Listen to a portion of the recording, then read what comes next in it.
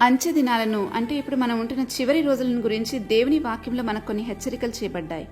వాటిని మనం పెడచెవిని పెట్టకూడదు. వాటిని జాగ్రత్తగా గమనిస్తే ఈ రోజుల్లో మనం ఎలా బ్రతకాలో అర్థమవుతుంది. అవేంటంటే, 1 దినములు చెడ్డవని రాయబడింది. 2 అపాయకరమైన రోజులు ఇవన్నీ చెప్పబడింది. అందుకని మనం మెలకువగా ఉండాలి. 3 మోసకరమైన రోజులు, మోసపోకుండా జాగ్రత్త పడమని ముందే మన ప్రభు హెచ్చరించారు. 4 క్రీస్తు విరోధి వచ్చిన కాలం ఇది.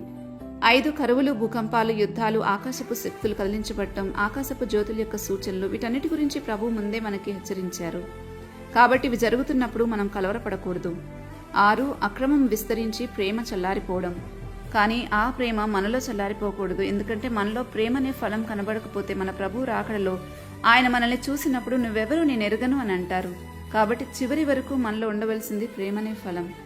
అన్నిటికన్నా ముఖ్యమైన విషయం ఏంటంటే, మీరు నా నామం నిమిత్తము సకల జన్మల చేత ద్వేషించబడదురని చెప్పారు. కాబట్టి ఎవరైనా దీన్ని ఎదుర్కొంటుంటే మనం దాన్ని అంగీకరించగలగాలి. ఎందుకంటే మన ప్రభు ముందుగానే మనల్ని హెచ్చరించారు కాబట్టి. 8 ఇంకా చివరి రోజుల్లో ప్రజలు చాలా హడావుడిగా ఉంటారని కూడా చెప్పారు. దేనికి హడావుడి అంటే, విందు వినోదాల సంస్కృతి పెరిగిపోతుందని. కాబట్టి జీవన వ్యాపారాల తలమునకలైపోతారని కూడా రాయబడింది. ఇలాంటి రోజుల్లో మనం బ్రతకాల్సి వస్తుందనే ప్రభు అంచె దినాల్లో మనం బుద్ధిమంతులమై బ్రతకడానికి తన ఆత్మను మన మీద కుమ్మరించారు. పరిశుద్ధాత్మను మనకు వరంగా ఇచ్చారు. ఈ లోకంలోని వాటన్నిటిని తప్పించుకుని ప్రభు వచ్చే సమయానికి చక్కగా తన ఇంటి వారిని పట్టించుకుంటూ నమ్మకమైన బుద్ధిమంతులైన దాసుల వలె ఉండాలి. అప్పుడు యజమానుడు వచ్చినప్పుడు ఏ దాసుల్లా ఉంటారో ఆ యజమానుడు తన యావదాస్తి మీద వారిని ఉంచుతారు. ఎవరైతే ఇలా తన ఇంటి వారిని రక్షణ విషయంలో పట్టించుకోకుండా ఉంటారో వారిని దుష్టులు అని ప్రభువు పిలుస్తున్నారు.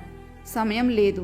వీలైనన్ని పనులు తగ్గించుకుని ఉన్నదానితో సంతృప్తి చెంది ఇక్కడ మనం పరదేశులమని గుర్తించి బ్రతికితేనే మన ప్రభువుని ఎదుర్కోగలం. రాకడలో ఎత్తబడకపోతే భూమి మీద భయంకరమైన శ్రమల రోజులు రాబోతున్నాయి. ఇప్పుడు శ్రమపడుతున్న సంఘము ఆ శ్రమల నుండి తప్పించబడుతుంది. శ్రమలలో విడవబడితే ఆ రోజు మన ప్రభువు మాటలు గుర్తొచ్చి దేవుణ్ణి అప్పుడు నమ్ముకోవాలనుకున్న ఆ సమయం ఎలా ఉంటుందంటే, ప్రకటన 16:9 రాయబడినట్లుగా, మనుషులు తీవ్రమైన వేడిమితో కాలిపోయి తెగుళ్ల మీద అధికారం గల దేవుని నామం దూషించిరి, కానీ ఆయనను మహిమపరిచినట్లు వారు మారు మనస్సు పొందినవారు కారు. అందుకనే నేడు అనబడి సమయం ఉండగానే సృష్టికర్తతో సమాధానపడి ఆయనకు తగినట్లుగా బ్రతకడానికి వాక్యాన్ని నేర్చుకోవాలి. రక్షణ పొందుకోవాలి. పొందుకున్న రక్షణలో ఎదగాలి. అంతం వరకు సహించాలి. అప్పుడే నిత్య జీవన ప్రవేశం ఉంటుంది. దైవజ్ఞానం లేకుండా యాత్రను కొనసాగించలేం. అందుకే ప్రతిరోజు దేవునితో సమయం గడపాలి.